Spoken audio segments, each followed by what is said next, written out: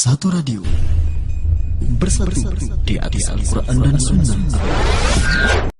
Assalamualaikum warahmatullahi wabarakatuh. Alhamdulillah, wassalatu wassalamu ala rasulillah wa ala alihi wa sahbihi wa sallama tasliman mazida ila yaumiddin, amma ba'd. Kaum muslimin dan muslimat yang dirahmati Allah Subhanahu wa taala, dengan memuji Allah dan bersyukur atas nikmat dan karunia-Nya yang telah dilimpahkan kepada kita semua di kesempatan yang berbahagia ini, Allah Tabaraka wa Ta'ala mempertemukan kita dengan salah seorang masyayikh kita, ulama kita, guru kita, Fadilatul Syekhina Ustaz Dr. Abdul Razzaq Ibn Abdul Muhsin Al-Abbad Al-Badr hafizahullah Ta'ala wa waffaqahullah lima yuhibbu wa yarda. Beliau telah hadir di hadapan kita.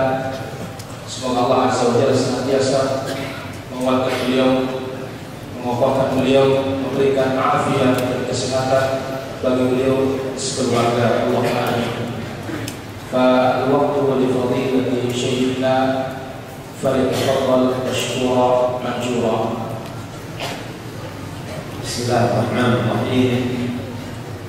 الحمد لله رب العالمين، وأشهد أن لا إله إلا الله وحده لا شريك له، وأشهد أن محمدا عبده ورسوله صلى الله وسلم عليه وعلى آله وأصحابه أجمعين. اللهم لا علم لنا إلا ما علمتنا، اللهم علمنا ما ينفعنا وزدنا علما، وأصلح لنا شأننا كله ولا تكلنا إلى أنفسنا طرفة عين. أما بعد، معاشر الكرام، هنيئا لكم هذا الاجتماع في بيت من بيوت الله تبارك وتعالى، لا لشيء إلا لمدارسة أمر الدين والتفقه في شرع رب العالمين. قد قال نبينا صلى الله عليه وسلم: ما اجتمع قوم في بيت من بيوت الله يتلون كتاب الله ويتدارسونه بينهم إلا نزلت عليهم السكينة وغشيتهم الرحمة وحفتهم الملائكة وذكرهم الله في من عنده. رواه مسلم في صحيحه. وروى مسلم في صحيحه من حديث معاوية رضي الله عنه قال: خرج علينا رسول الله صلى الله عليه وسلم ونحن حلقة في المسجد جلوس نتذاكر، فقال: ما أجلسكم؟ قلنا: جلسنا نتذاكر الإسلام وما من الله تبارك وتعالى علينا به. فقال عليه الصلاة والسلام: الله ما أجلسكم إلا ذلك، استحلفهم بالله. قلنا: والله ما أجلسنا إلا ذلك. قال: أما إني لم أستحلفكم تهمة لكم، أي لم أطلب منكم الحلف لأني أتهمكم بالكذب ونحو ذلك، ولكن أتاني جبريل آنفا فأخبرني أن الله يباهي بكم ملائكته. Kaum muslimin dan muslimat rahimani wa rahimakumullah. Setelah beliau memuji Allah Subhanahu wa Ta'ala, kemudian bersaksi bahwasanya tidak ada ilah yang berhak diibadahi kecuali Allah sendiriannya, kemudian bersaksi bahwasanya Nabi Sallallahu Alaihi Wasallam adalah hamba dan Rasulnya, kemudian beliau bersolawat dan mengucapkan salam bagi Rasul Sallallahu Alaihi Wasallam, kerabatnya, sahabatnya, dan orang-orang mengikuti beliau sampai hari kiamat. Kemudian di pembuka kajian ini berdoa kepada Allah Azza wa Jalla dengan doa di antara doa Nabi Sallallahu Alaihi Wasallam, artinya: Ya Allah, kami tidak memiliki ilmu kecuali apa yang telah Kau ajarkan kami. Kemudian juga beliau berdoa: Ya Allah, ajarkan kami ilmu-ilmu yang bermanfaat buat kami. Kemudian juga beliau berdoa: ya Allah perbaikilah segala urusan kami dan jangan Kau serahkan kami pada diri kami. Kemudian beliau mengatakan, hadirin rahmat Allah azza wa jalla, berbahagialah kalian semua perkumpulan yang ada di tempat ini, dan beruntunglah kalian semua kumpul di rumah dari rumah-rumah Allah azza wa jalla. Tidak ada tujuan lain melainkan untuk mempelajari perkara-perkara agama ini dan mendalami syariat Allah Subhanahu wa taala.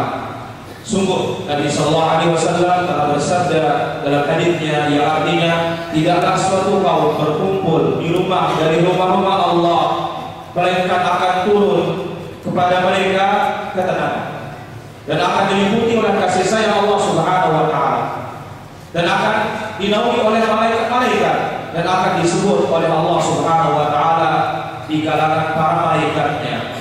Hadis ini diriwayatkan oleh Imam Muslim dalam sahihnya. Demikian juga dalam hadis yang lain yang diriwayatkan oleh Imam Muslim dalam sahihnya dari hadis Muawiyah radhiyallahu anhu warḍah, telah keluar Rasul sallallahu alaihi wasallam mendatangi kami di masjid ketika kami sedang duduk-duduk berkumpul di masjid. Kami mengingat dan menyebut tentang perkara-perkara akhirat. Lantas Nabi sallallahu alaihi wasallam bertanya, apa yang telah menjadikan kalian duduk di tempat ini? Lalu dikatakan, kami menyebut tentang Islam dan kami menyebut apa-apa yang telah diberikan oleh Allah Subhanahu wa taala berupa kenikmatan-kenikmatan yang begitu banyak. Maka Nabi sallallahu alaihi wasallam meminta mereka bersumpah, apakah ia mengumpulkan kalian hanya itu saja?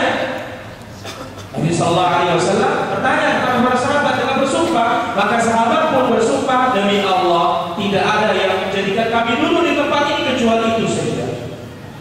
Maka Nabi sallallahu alaihi wasallam mengatakan, aku tidak meminta kalian untuk bersumpah karena menuduh kalian dari tuduhan yang macam-macam. Tetapi tadi aku didatangi oleh Jibril alaihi salatu wassalam. Lalu Jibril memberitakan kepadaku bahwasanya Allah Subhanahu wa taala membanggakan kalian di hadapan para malaikat. الحديث معاشر الكرام في هذه الليلة الطيبة والأمسية المباركة إن شاء الله عن وسائل الثبات على الدين، وهو موضوع جليل القدر عظيم الأهمية تمس حاجة كل مسلم ومسلمة إلى التذكير به، ولا أقول تمس حاجة الشباب والشابات إليه فقط، بل حتى كبار السن، لأن الحي لا تؤمن عليه الفتنة، لا سيما وأننا نعيش في زمن تكاثرت فيه الفتن وتنوعت فيه الصوارف والصواد عن دين الله تبارك وتعالى، وعظم تسلط الشيطان على الناس بالإغواء والصد عن سبيل الله جل وعلا وذكره وعن صراطه المستقيم. فاحتاج المقام إلى تذكير تلو التذكير بوسائل الثبات على الدين، ليسلم للمرء دينه وليخرج من هذه الحياة محافظا على دينه ليلقى ربه سبحانه وتعالى يوم يلقاه وهو راض عنه. Beliau Allah Ta'ala menjelaskan tema kajian kita pada kesempatan malam yang mulia ini, malam yang barokah ini, berbicara tentang sarana untuk menggapai ketegaran di atas Islam, di atas agama. Ini adalah tema yang sangat mulia, yang sangat penting, yang sangat dibutuhkan oleh setiap muslim dan muslimah. untuk kita saling ingatkan. Saya tidak katakan dibutuhkan oleh para pemuda dan pemudi, hatta di masjid lebih-lebih juga, atau juga orang-orang yang dewasa, orang tua. Kenapa? Karena orang hidup ini tidak pernah aman dari fitnah. Lebih-lebih kita hidup di zaman yang penuh dengan fitnah, dan berbagai macam penghalang-penghalang yang menjauhkan kita dari jalan kebenaran, berbagai macam penghalang-penghalang yang menjauhkan kita dari agama Allah Subhanahu wa taala. Dan kuatnya penguasaan syaitan terhadap manusia ini yang akan menjauhkan mereka dari zikrullah, mengingat Allah Subhanahu wa taala, yang menjauhkan mereka dari jalan yang lurus. Maka kedudukan seperti ini, waktu seperti ini, kita membutuhkan diingatkan dan diingatkan bagaimana dan apa-apa sarana-sarana untuk bisa tegak di atas agama Islam, di atas agama Allah Subhanahu wa taala, agar seorang muslim, agar seorang mukmin begitu dia keluar dari kehidupan dunia ini dalam keadaan dia menjaga agama Allah Subhanahu wa taala, sehingga dia bisa bertemu dengan Allah Tabaraka wa taala dalam keadaan Allah Subhanahu wa taala meridhoinya. ومما يعين على الإدراك لأهمية هذا الأمر وخطورته البالغة أن نستحضر ذلك المثل العظيم الذي ضربه رب العالمين سبحانه وتعالى لبيان هذا الأمر. ففي المسند وغيره عن النبي صلى الله عليه وسلم أنه قال: إن الله ضرب مثلا صراطا مستقيما وعلى جنبتي الصراط سوران وفي السورين أبواب وعلى الأبواب ستور مرخاة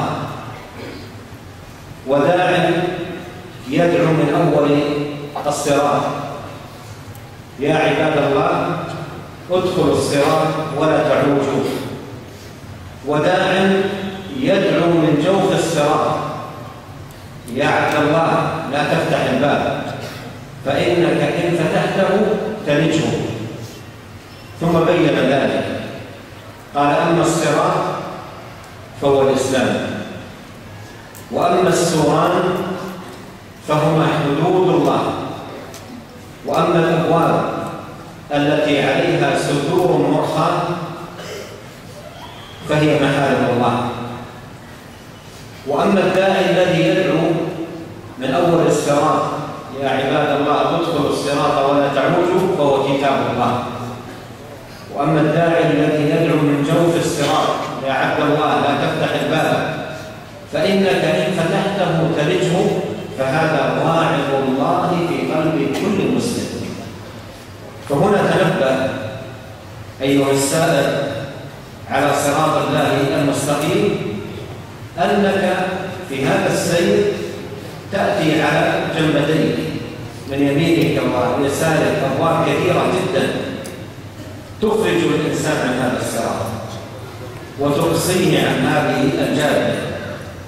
وهذه الأبواب ليس عليها إلا ستور مرخاة.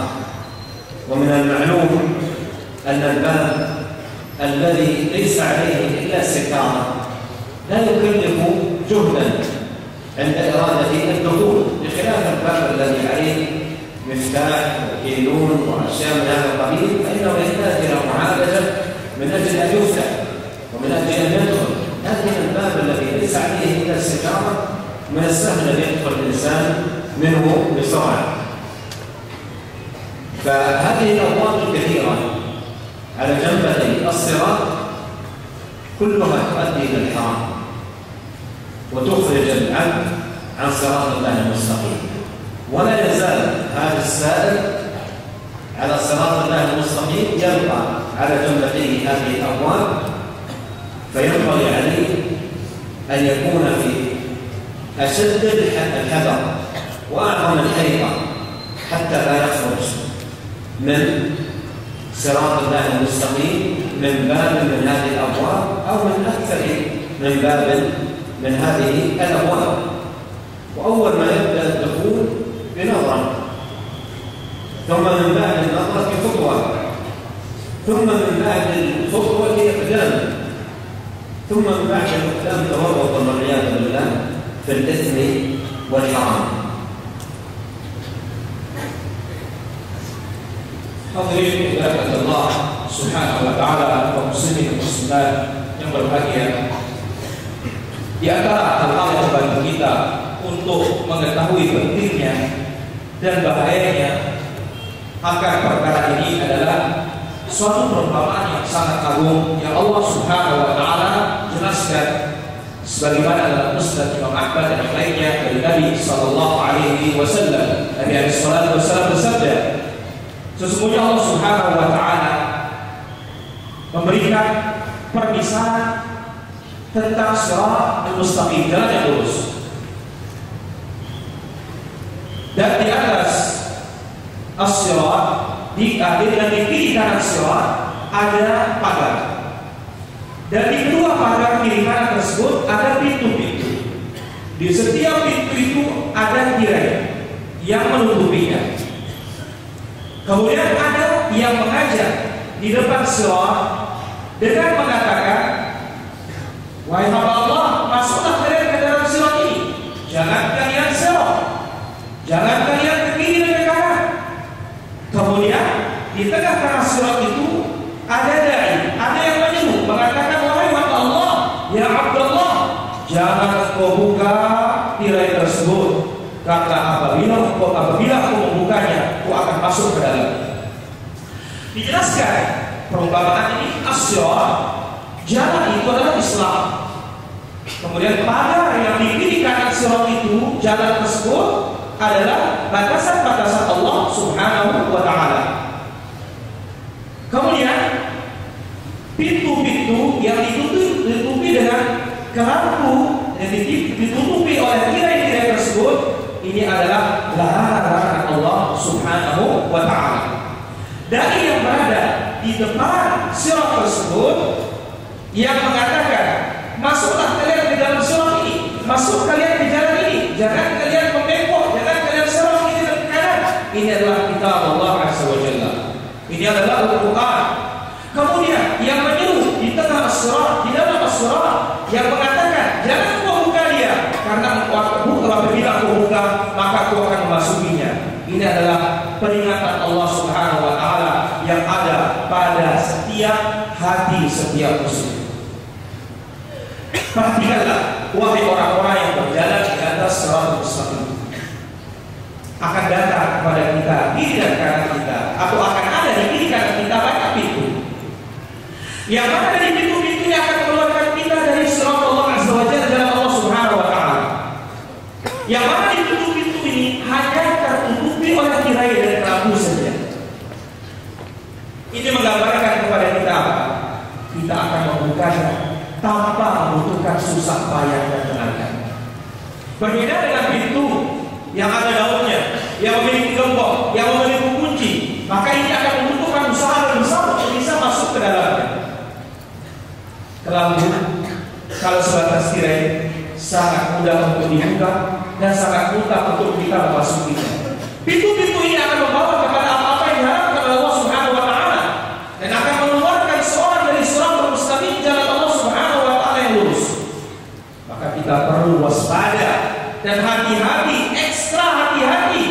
Jangan sampai kita keluar dari siratal Allah Azza wa Jalla, jalan Allah Subhanahu wa taala yang lurus, dari pintu, dari sebagian pintu tersebut atau dari seluruh pintu tersebut.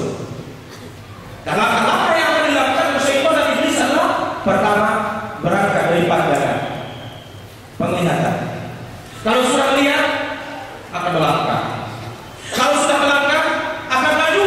Kalau sudah maju, kita akan terjerumus dan terjerembab ke dalam maksiat dan larangan dan dosa dan apa-apa yang diharapkan oleh Allah Subhanahu wa taala. Wal ulama rahimahullah taala ضربوا مثلا لبيان أن دخول المرء في الإثم والمعصية يبدأ تدرجا خطوة من بعدها خطوة إلى أن يتوغل المرء في الإثم والحرام. والله سبحانه وتعالى قال: يا أيها الذين آمنوا لا تتبعوا خطوات الشيطان. والمثل الذي ضربه العلماء قد ذكره الإمام أحمد وغيره كحال رجل عليه ثياب نظيفة وملابس جديدة ومر بمكان فيه وحل فيه طين ويريد أن يمر من ذلك الطريق، كيف يصنع؟ تجد أنه في أول الأمر في غاية الحذر حتى لا يصل إلى ملابسه ولا شيء يسير من هذا الوحل. تجده يبحث عن الصخرة المرتفعة والمكان العالي بحيث تسلم له ملابسه، ولا يزال على هذا الحذر. ربما لامس قدم شيء من الطين ولا يزال على حذر، ثم أيضا لامست مرة أخرى، ثم بدأ الطين يلامس ثيابه. بعد ذلك ماذا يصنع؟ تجده يخوض في الوحل وفي الطين دون مبالاة. وهذا مثل مطابق لحال المذنب. تجده في أول الأمر يدخل على خطوات يسيرة وهو خائف وحذر، يقدم ويحجم، ثم يخطو خطوة أخرى، وهكذا إلى أن يتعمق في الحرام ويتوغل في الباطل ولا يصبح عنده إحساس، ويذهب عنه هذا الواعظ الذي جاء ذكره في هذا الحديث: واعظ الله في قلب كل مسلم. لأنه إذا كثر الإحساس قل الإحساس وضعف، ولهذا ينبغي أن ندرك خطورة هذا الأمر، وأن نعتني عناية دقيقة بمعرفة الوسائل المعينة على الثبات على الحق والهدى.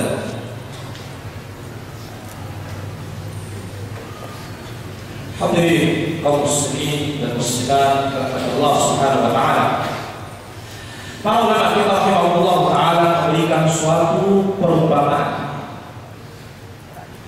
yang menjelaskan bahwasanya masuknya seorang kepada dosa dan maksiat akan mulai selangkah demi selangkah, sedikit demi sedikit, sehingga jatuh ke dalam dosa tersebut.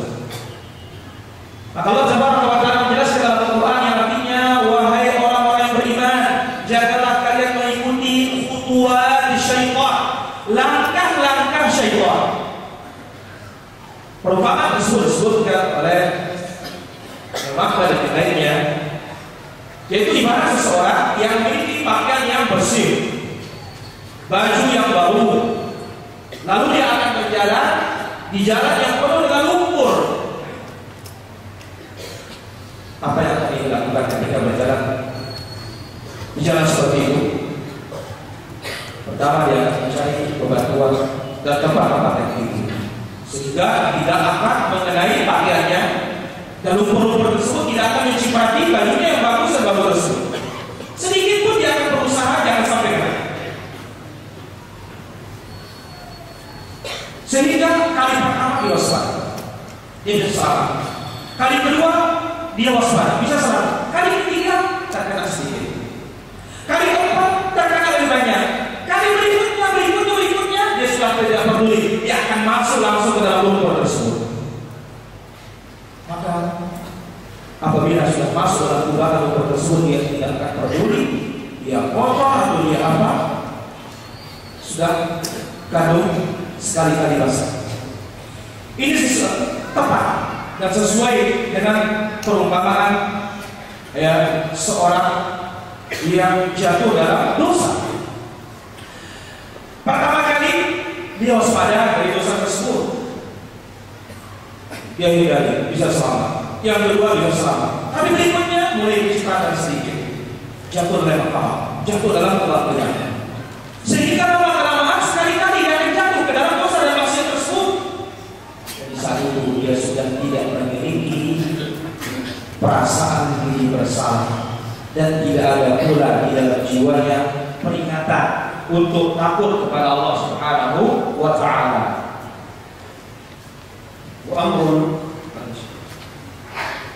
Tidak ada rasa takut kepada Allah Subhanahu wa Ta'ala yang telah diletakkan pada jiwa setiap muslim. Ini ketika banyak dosa, ketika banyak maksiat, maka akan sedikit sensitif terhadap perbuatan maksiat dan terhadap perbuatan dosa.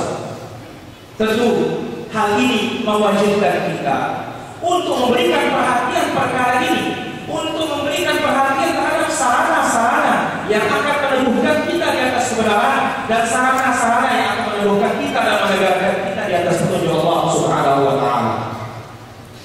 Wa amrun la budda min al-isharah ilayhi fi muqaddimati al-hadith an wasail al-thabat على دين الله تبارك وتعالى أن هذا الزمان الذي نعيشه زمان تكاثر فيه الفتن وتعددت فيه الوسائل، وسائل الشر والفساد التي انفتحت على الناس، ولا سيما من خلال الأجهزة الحديثة ووسائل الاتصال وشبكة الإنترنت وما إلى ذلك من القنوات ونحو ذلك، فإن هذه الوسائل جرت على المجتمعات المسلمة شرورا عظيما وبلاء مستطيرا، وأدخلت عليهم من الأفكار المنحرفة والعقائد الباطلة والأخلاق المنحطة والتعاملات القبيحة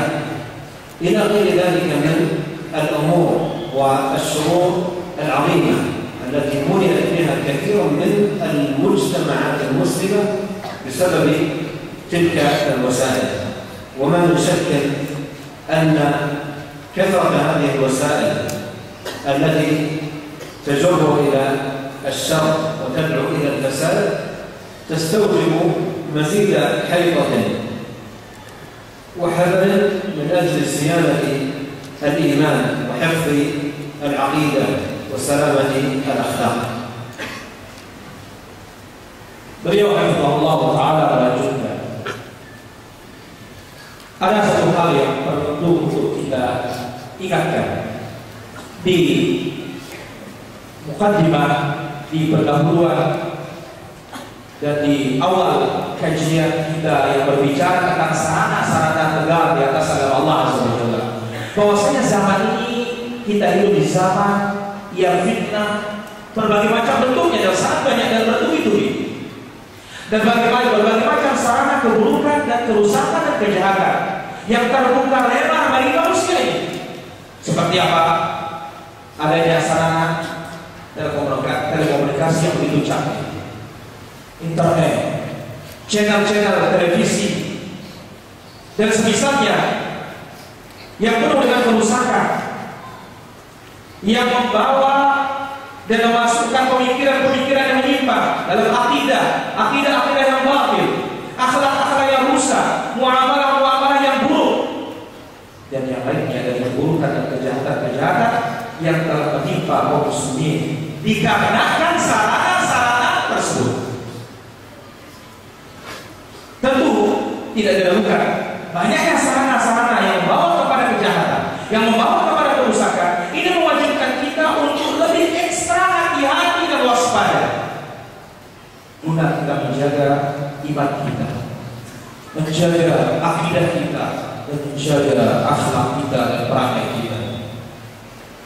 أيضا مما ينبغي أن نستشعر في هذا المقام لندرك خطورة هذا الأمر وأهمية الحيطة فيه أن النبي صلى الله عليه وسلم صح عنه الإخبار عن القلوب بأنها سريعة التقلب، والقلب إنما سمي قلبا لتقلبه، ولهذا قال عليه الصلاة والسلام في الحديث الصحيح قال القلب في شدة تقلبه أشد من القدر إذا اجتمعت غليا أو اشتدت غليا. وإذا رأيت القدر على النار وهو يتقلب فيه الماء من شدة غليه، هذا مثل ضربه النبي عليه الصلاة والسلام لسرعة وشدة تقلب القلوب. بل ثبت عنه عليه الصلاة والسلام أنه قال: مثل القلب مثل الريشة تتكفرها الرياح في الصحراء. وكان من أكثر دعاء نبينا عليه الصلاة والسلام: يا مقلب القلوب ثبت قلبي على دينك. قالت أم سلمة رضي الله عنها زوج النبي صلى الله عليه وسلم: أو إن القلوب لا تتقلب؟ قال: ما من قلب إلا هو بين أصبعين من أصابع الرحمن يقلبه أو يقلبها كيف يشاء، فإن شاء أقامه وإن شاء أزاغه. Beliau rahimahullah ta'ala jelaskan. Demikian pula di antara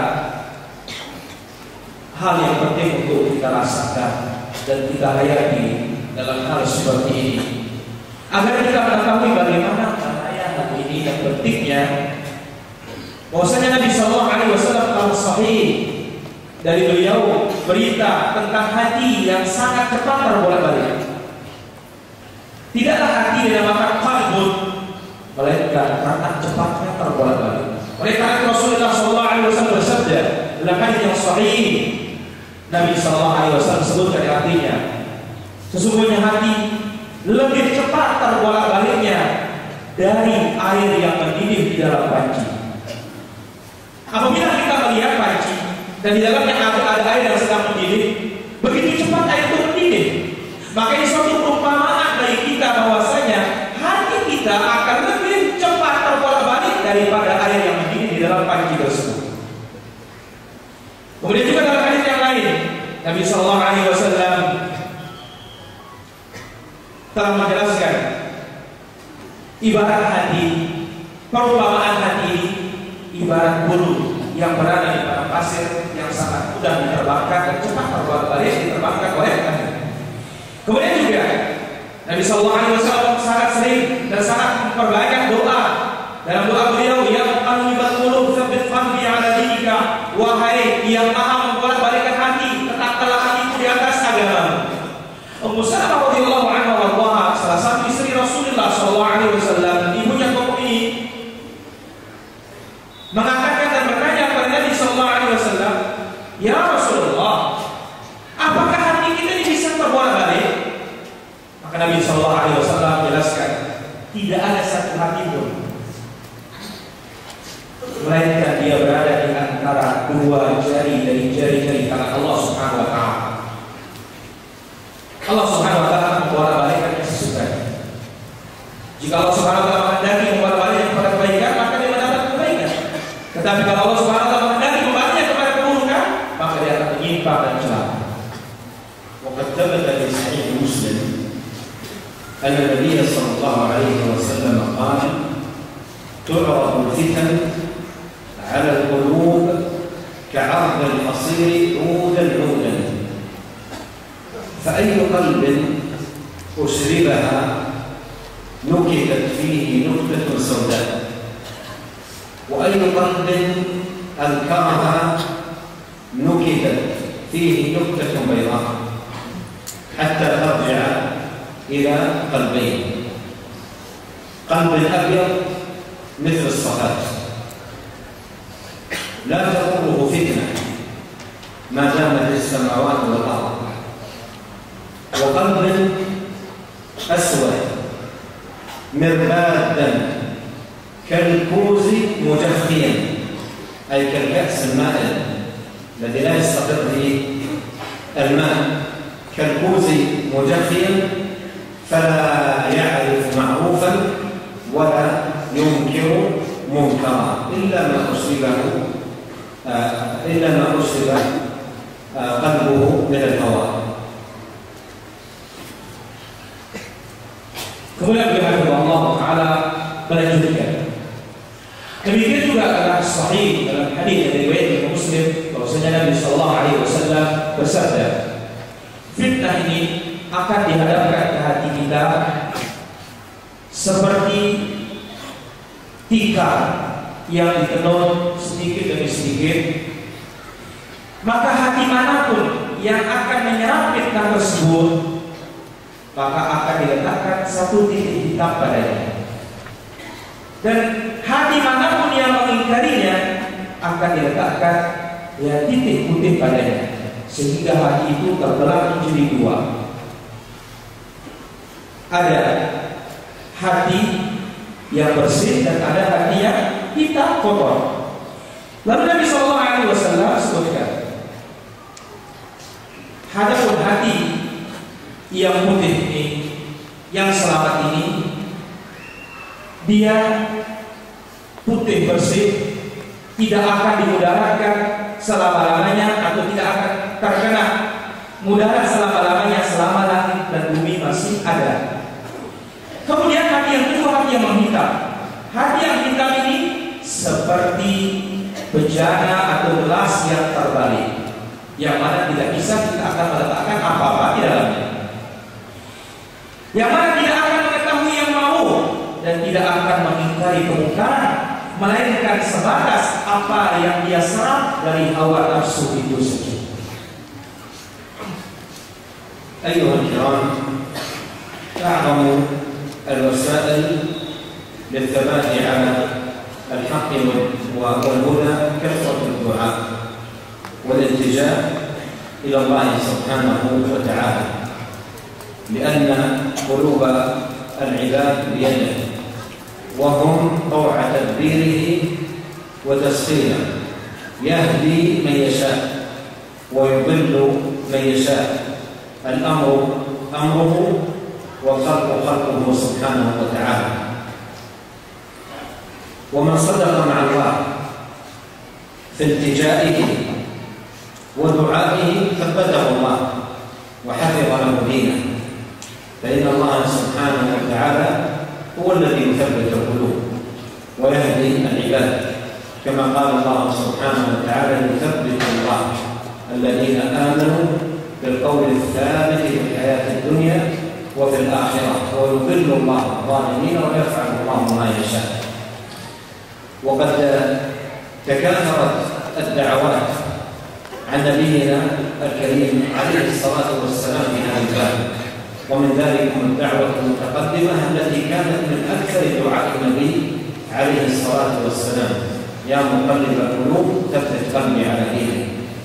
ومن دعائه كما ثبت في الصحيحين: اللهم لك أسلمت وبك آمنت وعليك توكلت وإليك أنبت وبك خاصمت أعوذ بعزتك لا إله إلا أنت أن تضلني فأنت الحي الذي لا يموت والجن والإنس يموتون. وأرشد عليه الصلاة والسلام المسلم إذا خرج من بيته أن يقول في كل مرة يخرج فيها من بيته: اللهم إني أعوذ بك أن أضل أو أضل أو أزل أو أزل أو أظلم أو أظلم أو أجهل أو يجهل عليه.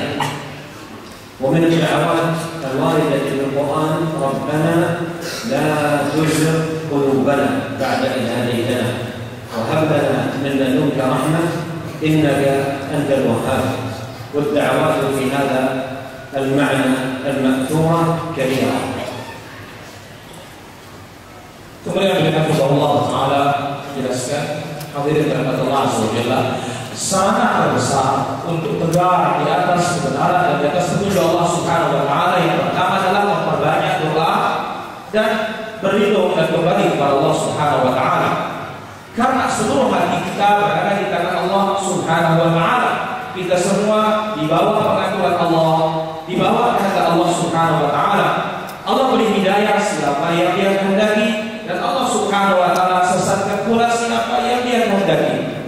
Barang siapa yang jujur kepada Allah Subhanahu wa taala di dalam doanya, maka Allah Subhanahu wa taala akan menegakkannya. Allah Subhanahu wa taala akan menjaga agamanya, karena Dialah Allah Subhanahu wa taala yang menegakkan hati, yang menetapkan hati dan memberi petunjuk ke hati-hati seluruh hamba-Nya. Sebagaimana Allah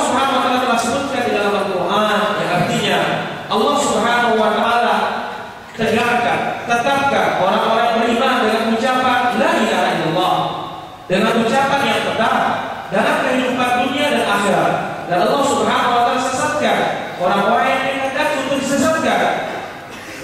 Dan Allah Subhanahu wa taala sesatkan orang-orang yang zalim. Dan Allah Subhanahu wa taala berbuat apa yang Dia kehendaki. Telah datang dan banyak doa-doa yang datang dari Nabi sallallahu alaihi wasallam dalam hal ini. Di antaranya doa yang paling sering dibaca oleh Nabi sallallahu alaihi wasallam pada doa yang telah lewat yang 40, wahai yang Maha membolak-balikkan hati, tetapkanlah hatiku di atas agamamu. Kemudian juga dalam hadis yang diriwayatkan oleh Imam Al-Bukhari dan juga Imam Muslim, yaitu Nabi sallallahu alaihi wasallam berdoa, Allahumma laka aslamtu wa bika amantu wa alaika tawakkaltu. Ya Allah, kepadamu aku berserah dan kepadamu pula aku bertawakal, menyerahkan diri. Kemudian di akhirnya Nabi sallallahu alaihi wasallam berdoa, ya, wa bika fasabtu. Kepadamu aku mengabdi Allah. Kemudian apa? Jangan sampai kau menyesatkan aku. Di sini doa kepada Allah Subhanahu wa taala. Kemudian juga dalam hadis Nabi sallallahu alaihi wasallam atau doa Nabi sallallahu alaihi wasallam yang ditunjukkan seorang muslim ketika keluar dari rumahnya, yaitu Allahumma inni a'udzubika an adilla Allah. Ya Allah, aku berlindung kepadamu, jangan kau sesatkan aku disesatkan, atau aku digelincirkan atau aku digelincirkan. Kemudian juga di antara doa yang datang dari Nabi sallallahu alaihi wasallam atau kemudian di antara doa juga untuk kita bisa tegak di atas kebenaran, doa yang disebut oleh Allah Azza wa Jalla di dalam Al-Qur'an, Rabbana la tuzigh qulubana ba'da idh hadaytana. Ya Allah, ya Rabb kami, janganlah Engkau sesatkan kami, janganlah Engkau sesatkan hati-hati kami setelah Engkau memberikan kami hidayah, dan karuniailah kami kasih sayang darimu. Dan doa dalam masalah ini sangat banyak datang dari Nabi sallallahu alaihi wasallam. ومن أعظم الوسائل المعينة على الثبات على الحق والهدى العناية بالقرآن الكريم، كتاب الهداية والصلاح والاستقامة والسعادة في الدنيا والآخرة. قال الله تعالى: إن هذا القرآن يهدي للذي هي أقوم ويبشر المؤمنين الذين يعملون الصالحات أن لهم أجرا كبيرا. وليحذر المسلم في هذا المقام أن تكون حاله مع القرآن كالذين قال الله فيهم وقال الرسول: يا رب إن قومي اتخذوا هذا القرآن مهجورا.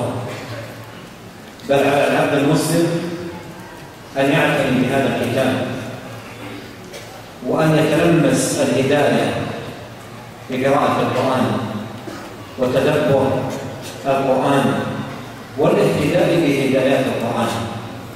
والله سبحانه إنما أنزل القرآن لتتدبر آياته، كتاب أنزلناه إليك مبارك ليتدبروا آياته وليتذكر أولو الألباب. قال جل وعلا: أفلا يتدبرون القرآن ولو كان من عند غير الله لوجدوا فيه اختلافا كثيرا. وأخبر جل وعلا أن هذا التدبر للقرآن من أسباب النجاة من النكوص على الأعقاب. قد كانت آياتي تتلى عليكم فكنتم على أعقابكم تنكصون مستكبرين به سامرا تهجرون أفلم يتدبروا القول. ومن أعظم أسباب زيادة الإيمان. وقول أفلم يتدبروا القول أي أنهم لو تدبروا القول لا كان ذلك موجبا لسلامتهم من النكوص على الأعقاب. ومن أعظم أسباب زيادة الإيمان قال الله تعالى: وإذا ما أنزلت سورة فمنهم من يقول أيكم زادته هذه إيمانا فأما الذين آمنوا فزادتهم إيمانا وهم يستبشرون. قال الله تعالى: إنما المؤمنون الذين إذا ذكر الله وجلت قلوبهم وإذا تليت عليهم آياته زادتهم إيمانا وعلى ربهم يتوكلون الذين يقيمون الصلاة ومما رزقناهم ينفقون أولئك هم المؤمنون حقا. Hadirin dirahmati Allah Subhanahu wa taala. Kemudian di antara sarana yang paling besar dan paling agung untuk menegakkan kita dan menetapkan kita di atas hidayah dan di atas kebenaran adalah memberikan perhatian terhadap kitab Allah Azza wa Jalla, Al-Quran. Al-Quran merupakan kitab petunjuk, kitab kebaikan, kitab istiqamah, kemudian kitab kebahagiaan dunia dan akhirat. Sebagaimana Allah Subhanahu wa taala sebutkan dalam Al-Quran yang artinya sesungguhnya Al-Quran ini memberi petunjuk kepada jalan yang paling lurus, jalan yang lurus, dan memberikan berita gembira bagi orang-orang beriman bahwasanya bagi mereka pahala yang besar. Kemudian hendaklah seorang waspada, jangan sampai keadaannya, sikapnya terhadap Al-Quran seperti yang diberitakan dalam Al-Quran, yang artinya Rasul berkata, wahai Rabbku, sesungguhnya kaumku telah menjadikan Quran ini mahjura. Mereka tinggalkan, mereka jauhi Quran ini. Kemudian memberikan perhatian terhadap Al-Quran. Kemudian kita membaca Al-Quran, kita merenungi Al-Quran, kemudian mendapatkan hidayah kepada Al-Quran. Karena memang Quran ini Allah Subhanahu wa taala diturunkan oleh Allah Subhanahu wa taala untuk ditadabburi, untuk direnungkan. Sebagaimana Allah Subhanahu wa taala sebutkan dalam Al-Quran yang artinya Al-Quran kitab yang kami turunkan yang penuh dengan barokah. Yadabbaru ayatihi, untuk direnungkan ayat-ayatnya. Kemudian juga dalam ayat yang lain Allah Subhanahu wa taala berfirman yang artinya, apakah mereka tidak merenungkan Al-Quran? Apakah mereka tidak merenungkan Al-Quran? Sekiranya Al-Quran itu datang bukan dari Allah Subhanahu wa taala, saya akan ditemukan banyak perselisihan dan banyak pertentangan. Kemudian juga Allah Subhanahu wa taala memberitakan tadabbur Al-Quran ini merupakan sebab seorang selamat dari kembali kepada kebatilan, menyelamatkan orang kembali, jangan sampai kembali kepada kebatilan. Sebagaimana Allah Subhanahu wa taala telah sebutkan dalam Al-Quran yang artinya sungguh ayatku telah dibacakan kepada kalian, tetapi kalian setelah itu berbalik arah. Kemudian ya di akhir ayat dikatakan afala yatadabbarun al-qaul, apakah mereka tidak merenungkan firman Allah? Afala yatadabbarun al-qaul, apakah mereka tidak merenungkan firman Allah Subhanahu wa taala? Maka ini menunjukkan apa? Tadabbur, merenungi ayat-ayat Allah Subhanahu wa taala sebab selamat dari berbalik kepada kebatilan atau menuju kebatilan. Kemudian juga disebutkan merenungi ayat Allah Subhanahu wa taala merupakan asbab ziyadat iman, sebab bertambahnya iman. Sebagaimana firman Allah Subhanahu wa taala telah sebutkan dalam Al-Quran yang artinya siapa di antara kalian yang bertambah imannya, adapun orang-orang yang beriman, ya, maka bertambah imannya dan mereka mendapat berita gembira dan mereka berbahagia dan bergembira dia. Kemudian juga dalam ayat yang lain Allah Subhanahu wa taala sebutkan yang artinya sesungguhnya orang-orang beriman apabila dibacakan ayat Allah Subhanahu wa taala bagi mereka bertambahlah imannya, bertambah iman mereka dan mereka berserah kepada Allah Subhanahu wa taala. Mereka yang memberikan salat, menunaikan zakat, dan mereka menginfakkan sebagian yang apa adalah diberikan oleh Allah Subhanahu wa taala dari karunia-Nya.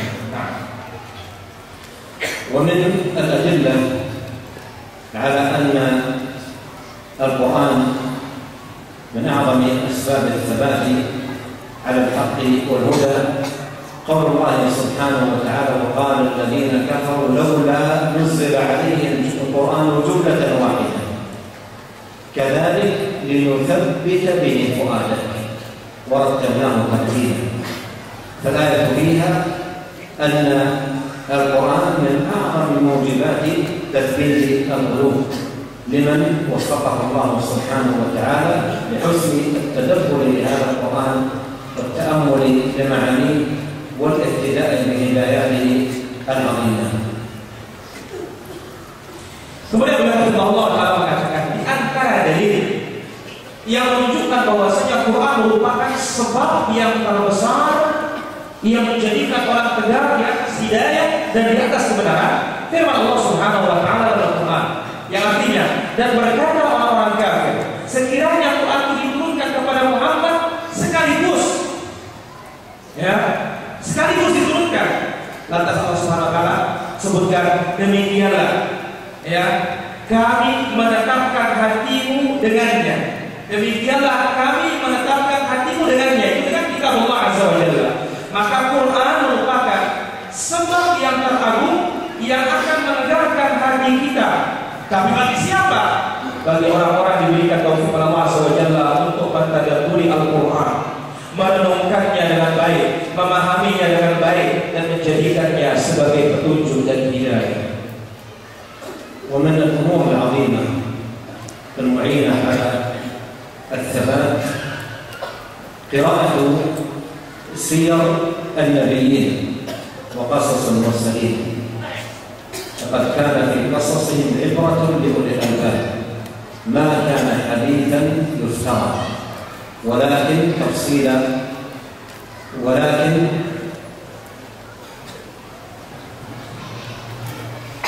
لقد كان في قصصهم عبرة لأولي الألباب ما كان حديثا يفترى ولكن تصديق الذي بين يديه وتفصيل كل شيء وهدى ورحمة لقوم يؤمنون. فقصص الأنبياء شأنها عجيب جدا في المعونة على الثبات على الحق والهدى، وكلا نقص عليك من أنباء الرسل ما نثبت به فؤادك. ففيها التثبيت لا سيما وأن المرء سريع التأثر بالآخرين وهو بحاجة إلى قدوات يتأثر بهم، فإذا لم ينشط المرء للقراءة في سير الرسل وأخبارهم حتى يهتدي بهداهم ويقتدي بهديهم، إن لم يفعل ذلك فإنه سيتأثر بالهمل من الناس والتافهين من الخلق. والله سبحانه وتعالى يقول أولئك الذين هدى الله فبهداهم مقتدى. وقال جل وعلا لقد كان لكم في رسول الله أسوة حسنة لمن كان يرجو الله واليوم الآخر. ولهذا حاجة الناس ماسة جدا لأن يقرأوا في أخبار الرسل وسير النبيين عليهم صلوات الله وسلامه حتى يجعلهم المرء قدوة له وهم صفوة خلق الله، والذين فضلهم تبارك وتعالى على العالمين، وكلا فضلنا على العالمين. الله يصطفي من الملائكة رسلا ومن الناس، الله أعلم حيث يجعل رسالته. فهؤلاء الصفوة من خلق الله تبارك وتعالى ينبغي على العبد الحريص على الثبات أن يقرأ سيرهم وأن يقف على أخبارهم من أجل أن يهتدي بهداهم ويسير على منهاجهم القويم. Kemudian beliau Allah Ta'ala mengatakan yang ketiga di antara sebab yang akan meneguhkan kita di atas kebenaran dan di atas hidayah Allah Subhanahu wa Ta'ala itu membaca sejarahnya para nabi dan kisahnya para rasul alaihi wassalatu wassalam. Sebagaimana Allah Azza wa Jalla sebutkan dalam Al-Quran yang artinya sungguh pada kisah-kisah mereka ada pelajaran bagi orang-orang yang berpikir. Kisah itu bukanlah cerita yang dibuat-buat, tetapi sebagai pembenaran terhadap apa yang ada di hadapannya dan sebagai perincian dan juga sebagai hidayah dan kasih sayang dari Allah Subhanahu wa Ta'ala. Sungguh kisah para nabi merupakan suatu yang sangat menakjubkan yang akan menjadikan orang teguh dan tegak di atas kebenaran dan atas hidayah. Sebagaimana Allah Subhanahu wa Ta'ala sebutkan dalam Al-Quran yang artinya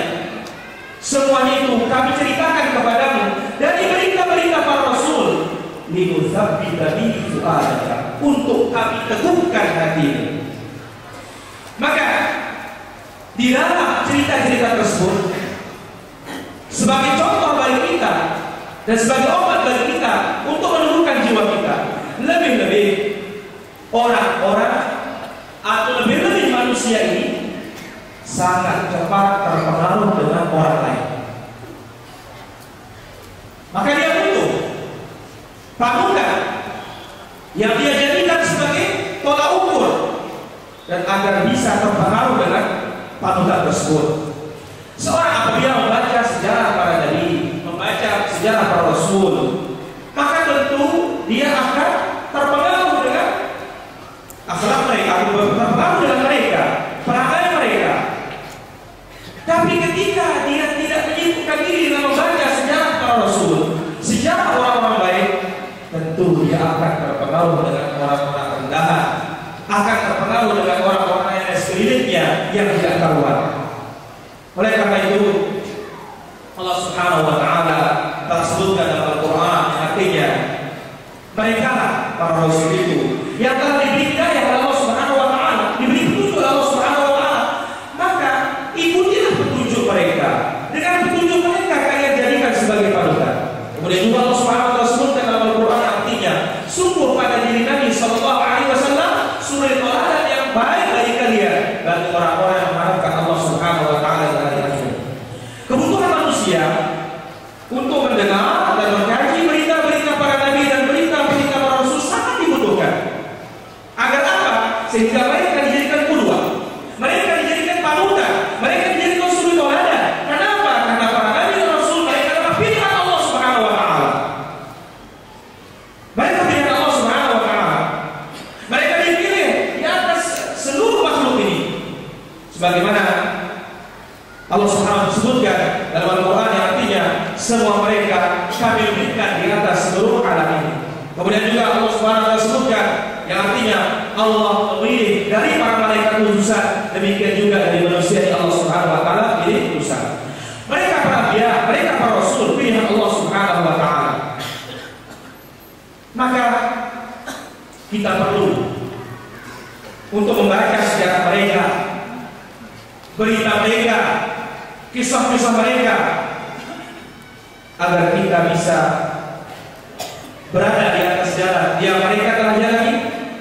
Kemudian kita menjadi membuat petunjuk atau mengikuti petunjuk dengan petunjuk yang mereka jalani.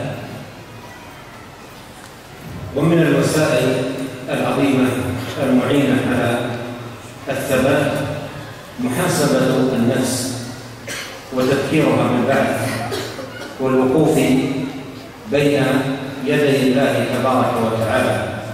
قال الله عز وجل: يا أيها الذين آمنوا اتقوا الله ولتنظر نفس ما قدمت لغد واتقوا الله إن الله خبير بما تعملون.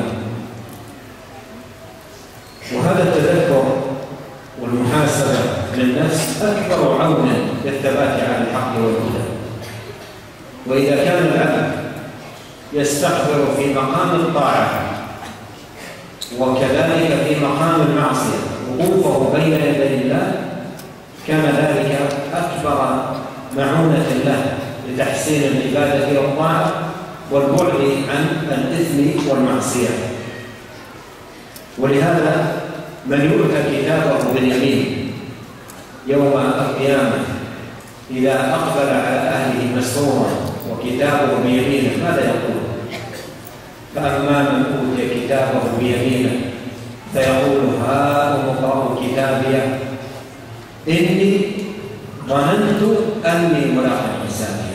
هذا الذي كانت به نجاته، إني ظننت أني ملاق حسابي. أي في الدنيا كنت دائما أو أذكر نفسي وأقوي عقيدتي وإيماني بالحساب والبعث، وأنني سأقف أمام الله وأنني سألقى الله عز وجل. فكان هذا التذكر أعظم معونة لهؤلاء على الثبات على الحق والهدى. ومثل هذه الآية قول الله عز وجل: إنا كنا قبل في أهلنا مشفقين فمن الله علينا فوقانا عذاب السموم.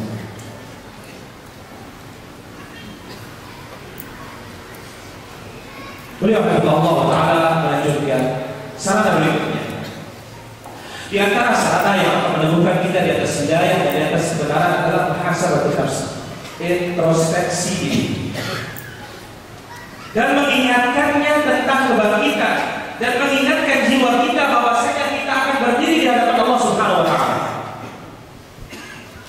Sebagaimana Allah Subhanahu wa Ta'ala sebutkan dalam Al-Qur'an yang artinya, wahai orang-orang yang beriman, bertakwalah kepada Allah Subhanahu wa Ta'ala, dan hendaklah melihat, setiap jiwa melihat apa yang telah dia lakukan untuk persiapan hari besok, yaitu bertemu dengan Allah Subhanahu wa Ta'ala, dan bertakwa kepada Allah Subhanahu wa Ta'ala.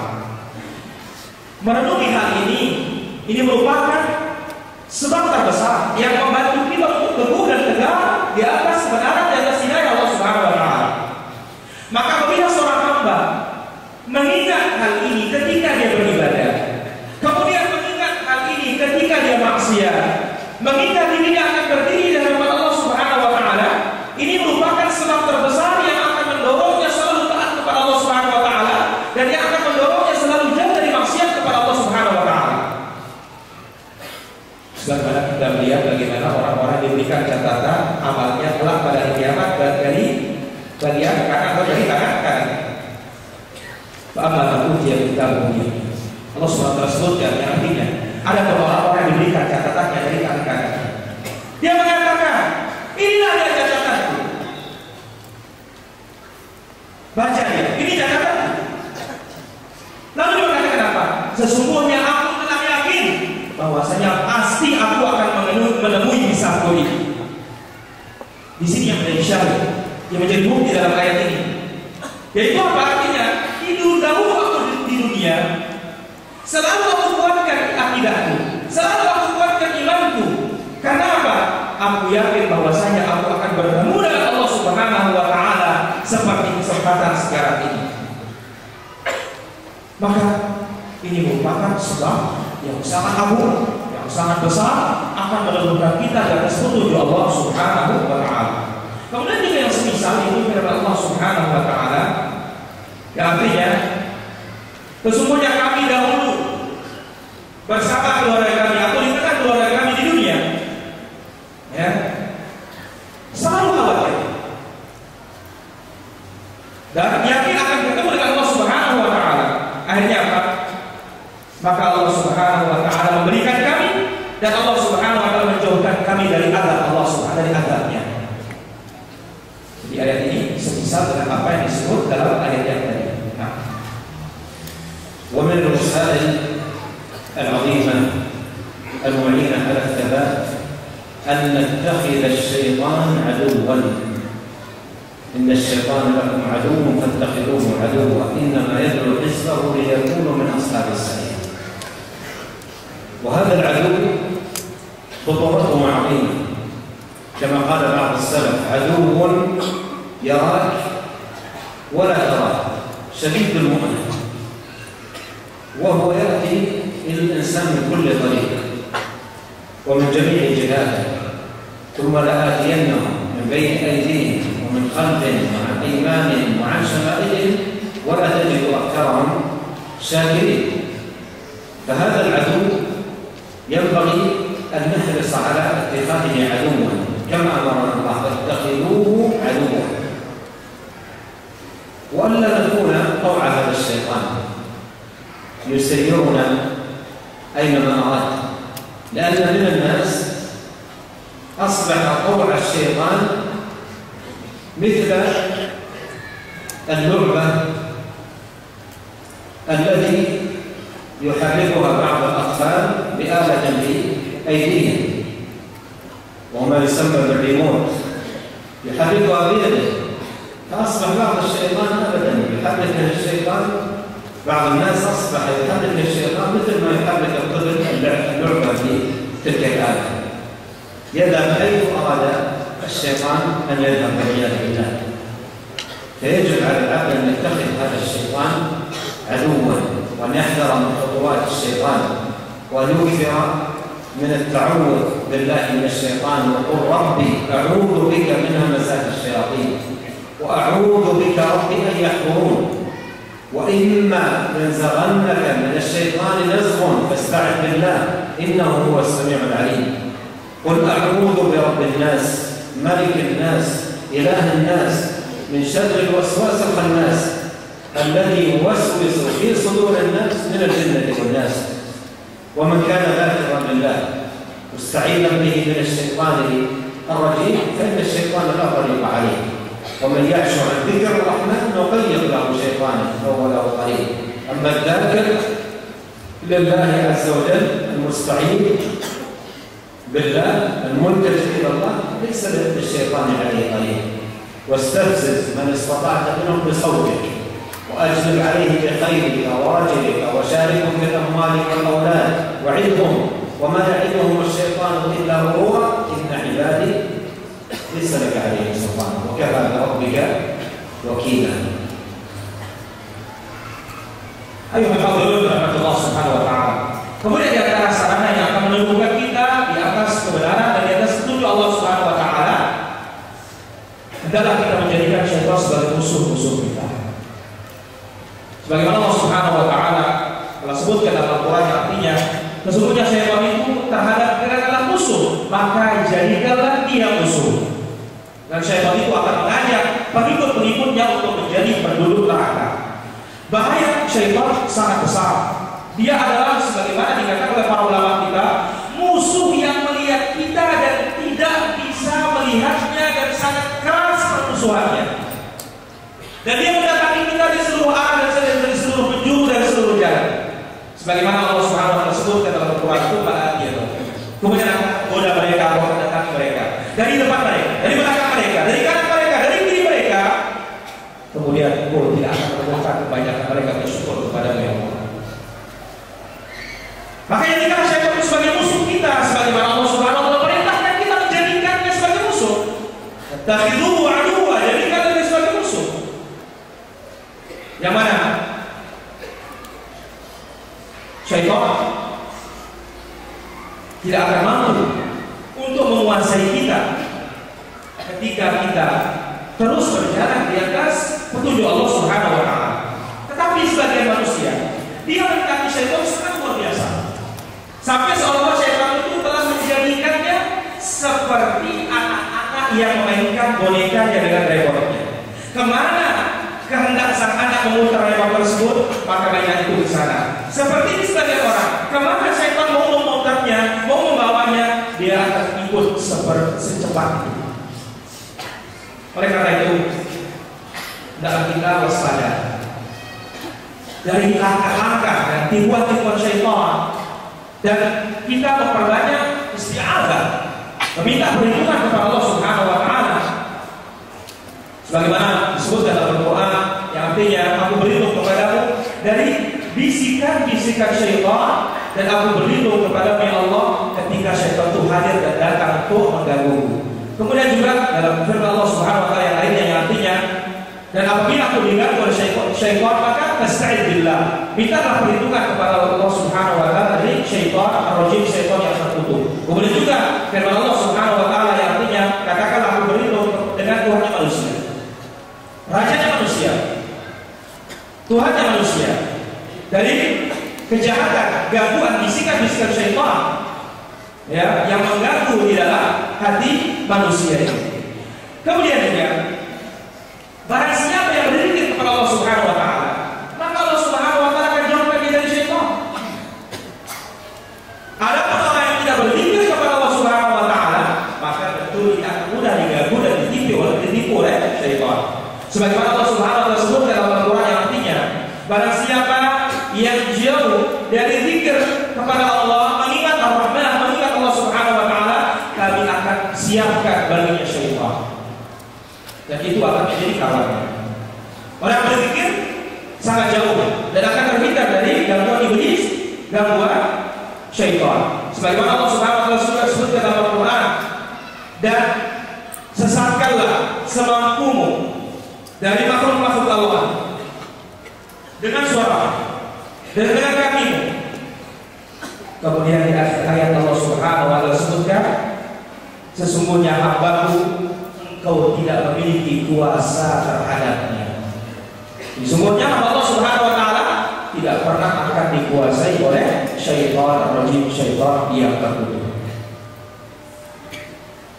ومن الوسائل العظيمة المعينة على الثبات تخير الأصحاب وانتقاء الرفقاء، فإن الصاحب كما قيل قديما ساحب، بل وأبلغ من ذلك قول نبينا صلى الله عليه وسلم: المرء على دين خليله فلينظر أحدكم من يخالف. وضرب لذلك مثلا عليه الصلاة والسلام في التحذير من صاحب السوء والحث على العناية بصاحب الخير بقوله صلوات الله وسلامه عليه: مثل الجليس الصالح والجليس السوء كحامل المسك ونافخ الكير، فحامل المسك إما أن يحذيك أو أن تبتاع منه أو أن تجد منه رائحة طيبة، ونافخ الكير إما أن يحرق ثيابك وإما أن تجد منه رائحة خبيثة. وإذا غفر المسلم بالرفقة الطيبة فليحرص على ملازمته واصبر نفسك مع الذين يدعون ربهم بالغداة والعشي يريدون وجهه ولا تعد عيناك عنهم تريد زينة الحياة الدنيا ولا تطع من أغفلنا قلبه عن ذكرنا واتبع هواه وكان أمره فرطا. وليحذر أشد الحذر من قرانات السوء، فإنه إن استمر مصاحبا لهم سيندم ندامة لا تنفعه يوم القيامة، ويوم يعض الظالم على يديه يقول: يا ليتني اتخذت مع الرسول سبيلا، يا ويلتى ليتني لم اتخذ فلانا خليلا. Kemudian hadirin Allah Subhanahu wa taala, di antara masalah yang akan meneguhkan kita dan menegarkan kita dan mengokohkan kita di atas hidayah Allah, di atas petunjuk Allah Subhanahu wa taala adalah memilih kawan-kawan dan memilih teman-teman yang baik. Karena yang namanya kawan dan teman sebagaimana dikatakan pada para orang terdahulu, as-sahibul sahib, kawan itu akan menarik. Dan yang lebih hebat dari itu adalah sabda Nabi sallallahu alaihi wasallam yang artinya seorang itu beragama sesuai dengan agama kawannya. Bahkan salah seorang di antara kalian memilih siapa yang akan menjadi kawannya. Kemudian juga Nabi sallallahu alaihi wasallam telah memberikan perumpamaan dan permisalan tentang kawan yang baik dan kawan yang buruk, dan mengingatkan kita akan bahayanya kawan yang buruk. Yaitu Nabi sallallahu alaihi wasallam bersabda yang artinya perumpamaan teman dulu yang baik dengan teman dulu yang buruk. Teman dulu yang baik seperti penjual minyak wangi atau penjual kasur. Entah kita akan membeli darinya, atau kita akan dicolekin, atau minimal kita akan kecipratan wanginya. Kemudian teman dulu yang buruk seperti pandai besi. Entah dia akan membakar pakaian kita, atau minimal kita akan kecipratan bau busuknya dan bau buruknya. Oleh karena itu, apabila kita diberikan taufik oleh Allah Subhanahu wa taala mendapatkan teman yang baik, semangatlah untuk berkawan dengannya dan mengambil pelajaran baik darinya. Sebagaimana Allah Subhanahu wa taala sebutkan dalam Al-Qur'an yang artinya, sabarkanlah dirimu bersama orang-orang yang menurut Allah Subhanahu wa taala pagi dan sore, yang mengharapkan hanya wajahnya, dan jangan kepalingkan kedua matamu dari mereka karena mengendangi perhiasan dunia. Kemudian Allah Subhanahu wa taala, kemudian juga kita diingatkan akan bahayanya teman-teman yang buruk.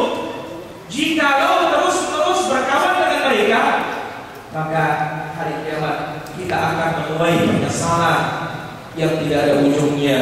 Sebagaimana Allah Subhanahu wa taala sebutkan dalam Al-Qur'an yang artinya, ketika orang-orang zalim hati itu menggigit jari penyesalan, yang mengatakan, ya alangkah celakanya diriku, coba aku tidak menjadikan fulan sebagai kawanku dan temanku. Alangkah celakanya diriku sekiranya, ya, sekiranya aku di dunia ini menjadikan rasul, ya, aku berjalan bersama para rasul.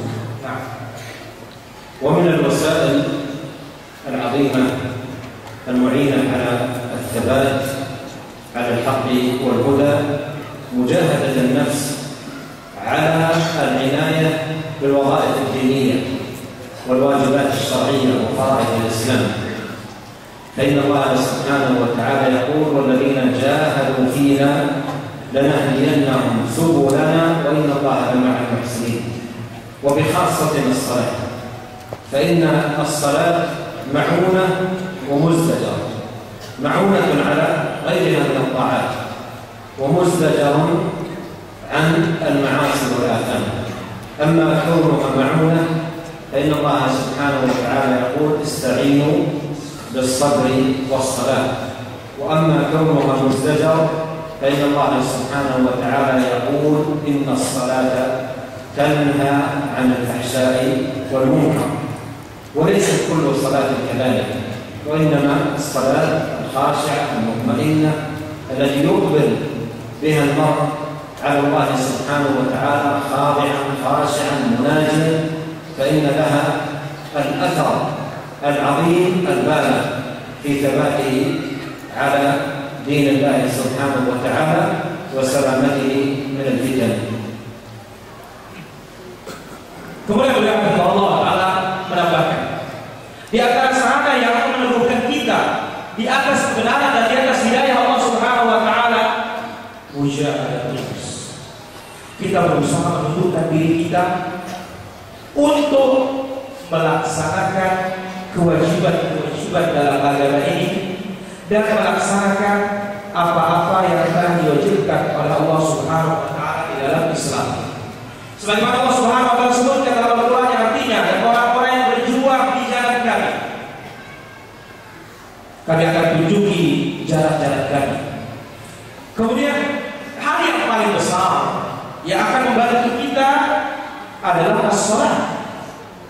Salat ini dia adalah ma'unah, sebagai bantuan. Kemudian juga dia sebagai mustajab, dia akan mengusir, bantuan untuk taat dan mengusir segala bentuk kemaksiatan. Adapun sebagai bantuan, Allah Subhanahu wa Ta'ala sebutkan dalam Al-Quran, yang artinya ista'in, bantulah diri kalian bisabri wassalah, dengan sabar dan salat. Adapun dia sebagai pengusir maksiat, sebagaimana Allah Subhanahu wa Ta'ala sebutkan dalam Al-Quran, yang artinya sesungguhnya salat itu akan mencegah dari perbuatan keji dan munkar. Tetapi tidak semua salat yang akan menjadikan kita meninggalkan dan menjauhkan perbuatan keji dan munkar. Salat yang dimaksud adalah apa? Salat yang pelakunya menghadap Allah Subhanahu wa Ta'ala dengan penuh ketundukan, penuh dengan kekhusyuan, bermunajat kepada Allah Subhanahu wa Ta'ala. Dia mengingat dirinya berdiri di hadapan Allah Subhanahu wa Ta'ala. Maka apabila salat dilaksanakan seperti itu, maka ini merupakan hal yang paling agung, hal yang paling besar yang akan menegakkan orang di atas agama Allah Subhanahu wa Ta'ala dan akan menyelamatkannya dari berbagai macam bentuk fitnah. Wa min al-umur al-mu'inah ala الثبات على الحق والهدى العناية بالعلم الشرعي والتفقه في دين الله سبحانه وتعالى. وقد صح في الحديث عن نبينا صلى الله عليه وسلم أنه قال: من يرد الله به خيرا يفقهه في الدين. وصح عنه صلى الله عليه وسلم أنه قال: من سلك طريقا يلتمس فيه علما سهل الله له به طريقا إلى الجنة. والعلم نور لصاحبه يضيء له طريقا، فيستطيع بالعلم أن يميز بين الحق والهدى، بين الحق والضلال، وبين السنة والبدعة، وبين الطاعة والمعصية، ولا يستطيع أن يميز بين هذه الأمور إلا بالعلم النافع. ومن لم يكن على علم وعلى بصيرة بدين الله تبارك وتعالى تخطفته الشبهات والشهوات وهلك بأودية الضلال. فالمرء بحاجة ماسة إلى العلم الشرعي والعناية به، وأن يكون له في كل يوم من أيامه حظ ولو قليل من العلم الشرعي. وقد كان نبينا صلى الله عليه وسلم في كل يوم إذا أصبح بعد أن يسلم من صلاة الصبح يقول في دعائه: اللهم إني أسألك علما نافعا ورزقا طيبا وعملا متقبلا. ويبدأ بالعلم النافع، وهذا يفيدنا أن العلم الشرعي ينبغي أن يكون في أولويات المسلم وأهدافه في كل يوم من أيامه. Ayuh muslimun rahimahullah, ini juga berpegang kepada Allah SWT. Di antara sarana yang akan menumbuhkan kita di atas petunjuk Allah dan di atas kebenaran, yaitu memberikan perhatian yang besar terhadap ilmu syar'i, kemudian mendalami urusan agama ini dan ilmu agama ini. Telah sahih dari hadis Nabi sallallahu alaihi wasallam yang artinya, barang siapa yang dikehendaki baik oleh Allah Subhanahu wa taala, Allah akan jadikan dia faham akan agama ini. Kemudian juga dalam hadis yang lain yang sahih dari Nabi sallallahu alaihi wasallam yang artinya, barang siapa yang berjalan untuk menuntut ilmu syar'i, maka Allah Subhanahu wa taala mudahkan jalannya masuk ke dalam surga. Ilmu ini adalah cahaya yang akan menerangi bagi pelakunya jalan. Dengan ilmu itu dia akan mampu membedakan antara al-hidayah, antara hidayah dan kesesatan, antara kebenaran dengan kebatilan, antara sunnah dengan bid'ah, antara ketaatan dengan maksiat. Tidak mungkin akan bisa dipisahkan kecuali dengan ilmu yang bermanfaat. Maka barang siapa yang tidak memiliki ilmu yang bermanfaat, maka akan disambar oleh fitnah-fitnah syubhat, akan disambar oleh fitnah-fitnah syahwat, dan akan terjerembab ke dalam lembah-lembah kesesatan. Seorang dia sangat membutuhkan ilmu syar'i setiap hari dan setiap malam, dan hendaklah setiap orang memberikan bagian waktunya, hari-harinya untuk ilmu tersebut. Sebab Nabi sallallahu alaihi wasallam setiap hari selesai sholat subuh setelah salat, Nabi sallallahu alaihi wasallam berdoa, Allahumma inni as'aluka ilman nafi'an wa rizqan thayyiban wa 'amalan mutaqabbala. Ya Allah, aku minta kepadamu ilmu yang bermanfaat, rezeki yang baik, dan amalan yang terima. Di sini Nabi sallallahu alaihi wasallam memulai dengan permintaan ilmu yang bermanfaat. Maka ini sebagai apa? Isyarat kepada kita dan sebagai faedah bagi kita bahwasanya hendaklah tujuan pertama setiap hari itu, dan yang mesti dikedepankan pertama setiap hari itu adalah mengedepankan al-ilmu. ولعل فيما ذكر كفاية، وأسأل الله الكريم رب العرش العظيم أن ينفعنا أجمعين بما علمنا، وأن يجعل ما تعلمناه حجة لنا لا علينا، وأن يثبتنا على الحق والهدى، وأن يجعلنا هداة مهتدين غير ضالين ولا مضلين. ربنا لا تزغ قلوبنا بعد إذ هديتنا وهب لنا من لدنك رحمة إنك أنت الوهاب. اللهم إنا نسألك الثبات في الأمر والعزيمة على الرشد، ونسألك موجبات رحمتك وعزائم مغفرتك، ونسألك شكر نعمتك وحسن عبادتك، ونسألك قلبا سليما ولسانا صادقا، ونسألك من خير ما تعلم، ونعوذ بك من شر ما تعلم، ونستغفرك لما تعلم، إنك أنت علام الغيوب. اللهم اغفر لنا ولوالدينا ولمشايخنا وللمسلمين والمسلمات والمؤمنين والمؤمنات الأحياء منهم والأموات. اللهم اقسم لنا من خشيتك ما يحول بيننا وبين معاصيك، ومن طاعتك ما تبلغنا به جنتك، ومن اليقين ما تهون به علينا مصائب الدنيا.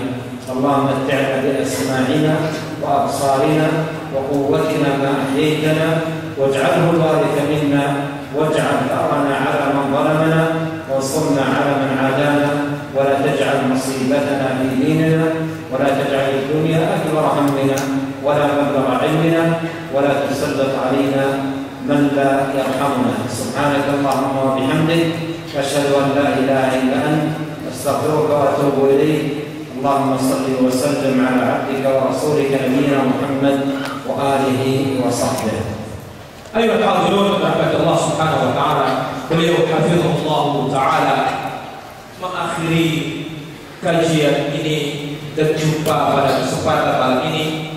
Beliau mengatakan apa yang telah lewat sudah cukup yang kita sampaikan, dan akhirnya beliau berdoa kepada Allah Subhanahu wa taala yang Maha Mulia, Rabbnya Arsyul Agung, agar Allah Subhanahu wa taala memberikan manfaat terhadap ilmu yang telah diajarkan kita, dan semoga apa ilmu yang telah diajarkan kita menjadi pembela bagi kita pada hari kiamat, jangan sampai menjadi musuh bagi kita. Kemudian Allah Subhanahu wa taala jadikan kita orang yang mendapatkan hidayah, kemudian menjadi pembimbing kepada hidayah, jangan dijadikan kita orang yang sesat dan menyesatkan. Kemudian juga beliau berdoa semoga Allah Subhanahu wa taala jangan menjadikan hati kita nyimpang dan serong setelah Allah Subhanahu wa taala memberikan kita hidayah. Dan akhirnya beliau hafizahullah taala menutup dengan doa kafaratul majlis, kemudian mengucapkan salawat dan salam bagi Rasulullah sallallahu alaihi wasallam, kerabatnya, sahabatnya, dan orang-orang mengikuti beliau sampai hari kiamat. Wallahu taala a'la wa a'lam, walhamdulillahi rabbil alamin. كم عدد الوسائل التي مرت معنا؟ كم وسيلة أو كم سبب مر معنا؟ 8 أسباب أو أكثر؟ من عنده أكثر؟ المذكور في الدرس 8 أو أكثر؟ 8. طيب مثل الآن بنسمع ملخصا من الشيخ شيخنا، نسمع ملخص الأسباب من الشيخ، أعطيه المكبر وجالس في مكانه.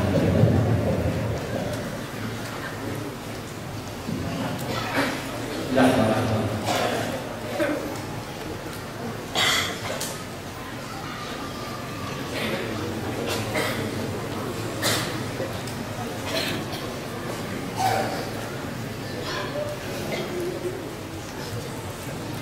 Bismillahirrahmanirrahim. Allahumma shalli ala Muhammad wa ala ali Muhammad.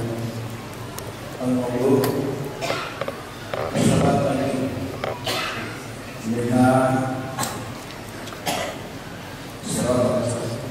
منها صراط المستقيم الإسلام. أي نعم. الوسائل أولها الوسائل أولها الدعاء، والثاني أولها الدعاء، الثاني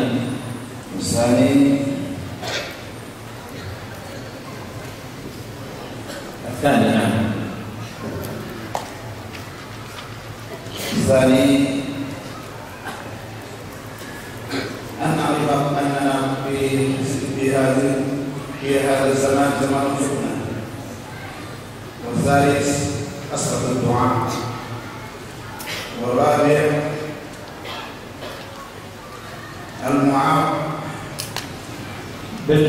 لو باللغة الأندلسية الظهر من الأندلس على عناية بالقرآن الكريم. ما في الاسم العربي. الأسباب ما هي؟ الأول الدعاء. أسباب الدين. لا أول أسباب الدعاء. الثاني yang kedua agar kita mengerti bahwa kita berada pada zaman sunnah. Ketiga, membanyakan doa dan kita memohon bantuan kepada Allah Subhanahu wa taala dalam membaca Al-Qur'an. Dan kemudian kita sering membaca Siratul Nawawiyah. Kemudian muhasabatun nafs. Dan yang berikutnya memilih teman yang baik. Takhayyurul ashab salih. Kemudian mujahadatun nafs, dan yang terakhir at-tafaqquh fid din.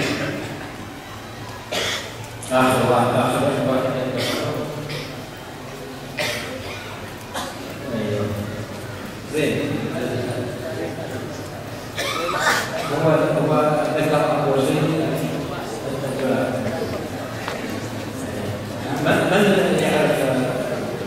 نجعل 5 الأسباب هذه 5 saja. الأسباب نجعل lebih واحد سنة هذه 5 tapi yang mantap. Yang mantap ya, jangan tidak mantap.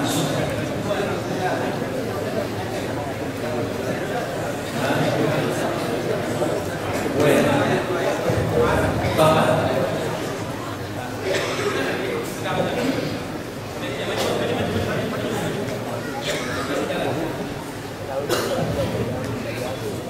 Bismillahirrahmanirrahim. Assalamualaikum warahmatullahi wabarakatuh.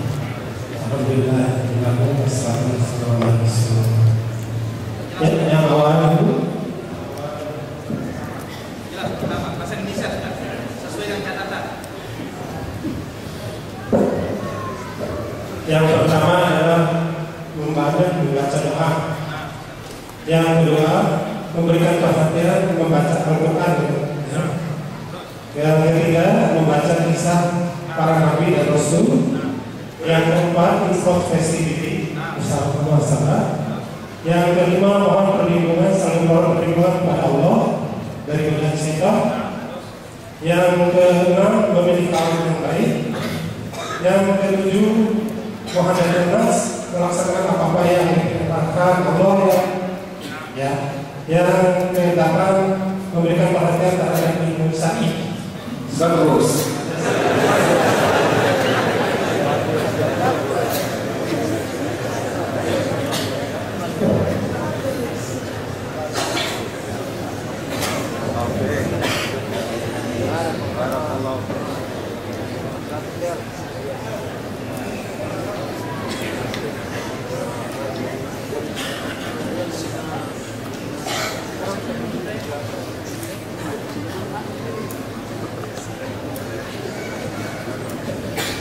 Hadirin barakallahu azza wa jalla kaum muslimin dan muslimat yang berbahagia. Demikianlah apa yang bisa disampaikan oleh guru kita Fadilatul Syekhina Ustaz Dr. Abdul Razak bin Abdul Muhsin Al-Abbad Badal hafizahullah taala pada jumpa di malam yang berbahagia ini. Dan saya sebagai penerjemah minta maaf dan mohon maaf atas segala kekurangan dan kesalahan, dan kami ucapkan jazakumullahu khairan. Sallallahu ala nabiyina Muhammad wa ala alihi wa sahbihi wasallam. Walhamdulillahi rabbil alamin.